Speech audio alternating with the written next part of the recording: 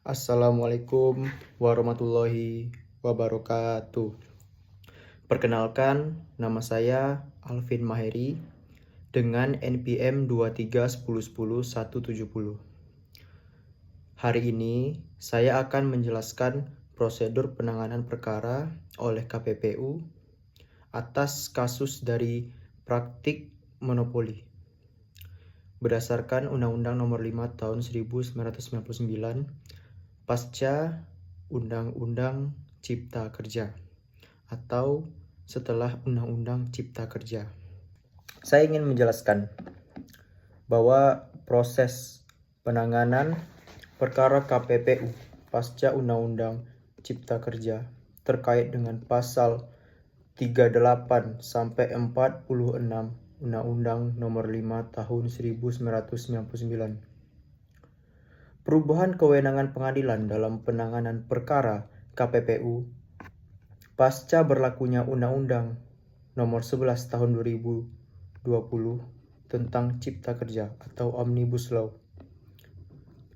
Terjadi perubahan penting, yaitu pengalihan kewenangan mengadili keberatan atas putusan KPPU dari pengadilan negeri ke pengadilan niaga. Sebelumnya, keberatan atas putusan KPPU diajukan dan diadili di pengadilan negeri. Dengan Undang-Undang Cipta Kerja, keberatan kini diajukan ke pengadilan niaga yang merupakan pengadilan khusus dengan hakim yang lebih kompeten menangani perkara bisnis dan persaingan usaha. Mahkamah Agung melalui Surat Edaran Nomor 1 Tahun 2021 mengatur secara teknis peralihan ini dengan ketentuan bahwa pengadilan negeri tidak lagi menerima keberatan mulai 2 Februari tahun 2021 dan pengadilan niaga mulai menerima serta mengadili keberatan sejak tanggal tersebut. Namun, pengadilan negeri tetap menyelesaikan perkara keberatan yang sudah diterima sebelum 2 Februari tahun 2021. Nah, kita masuk kepada proses penanganan perkara KPPU pasca Undang-Undang Cipta Kerja. Nah, dalam penanganan perkara, KPPU tetap melakukan pemeriksaan dan mengeluarkan putusan terhadap dugaan praktik monopoli dan persaingan usaha tidak sehat sebagaimana diatur dalam Undang-Undang Nomor 5 Tahun 1999. Nah, setelah putusan KPPU diterbitkan, pihak pelaku usaha yang merasa keberatan dapat mengajukan keberatan ke pengadilan niaga paling lambat 14 hari setelah penerimaan pemberitahuan putusan KPPU. Nah, proses keberatan pada pengadilan niaga dilakukan berdasarkan tata cara yang diatur dalam Peraturan Mahkamah Agung Nomor 3 Tahun 2019, kecuali ada ketentuan lain dalam Undang-Undang Cipta Kerja yang mengubahnya. Nah, di sini pada ketentuan pasal 38 sampai 46 Undang-Undang Nomor 5 Tahun 1999 terkait proses penanganan perkara. Di sini kita lihat di pasal demi pasal.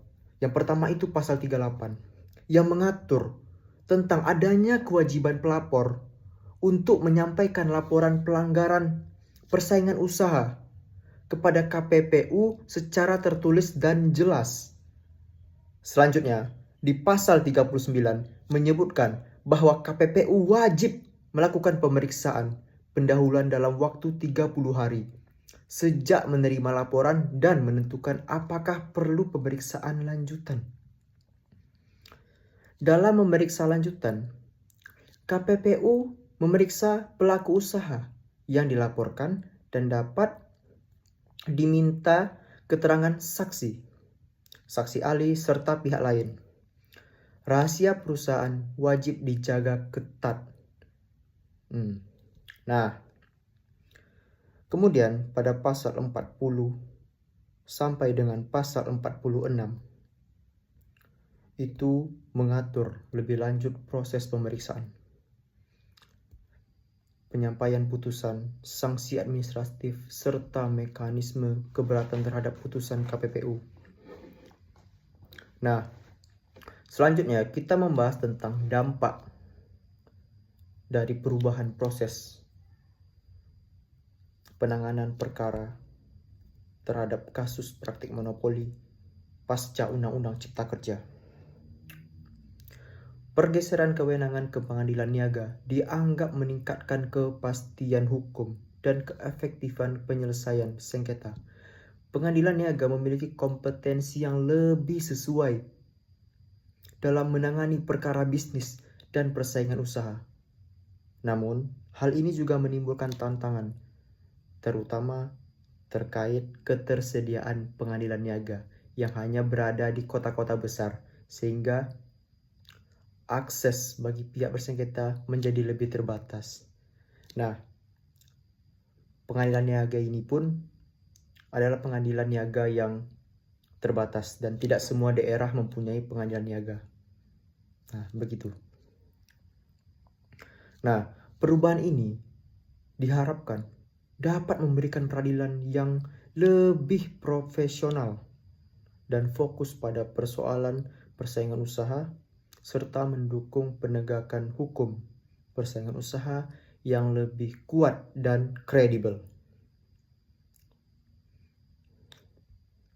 Pasca Undang-Undang Cipta Kerja, proses penanganan perkara KPPU mulai mengalami perubahan signifikan, terutama perpindahan forum pengadilan niaga.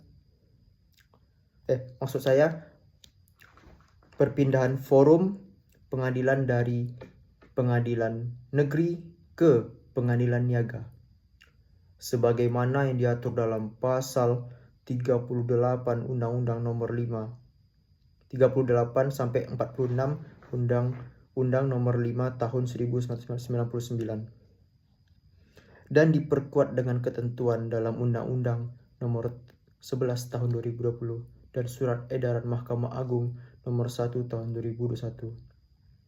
Hal ini ditujukan untuk meningkatkan kualitas penanganan perkara persaingan usaha dan memberikan kepastian hukum bagi para pelaku usaha yang bersengketa. Nah, sebelum saya menutup presentasi saya, jadi saya ingin membuat kesimpulan pribadi bahwasanya pada penanganan perkara oleh KPPU terhadap kasus praktik monopoli ini setelah Undang-Undang Cipta Kerja, ya, di situ diubahnya keberatan mengenai pelaksanaan putusan oleh KPPU itu bisa ditujukan ke pengadilan niaga, yang mana pengadilan niaga ini pengadilan yang lebih kompeten soal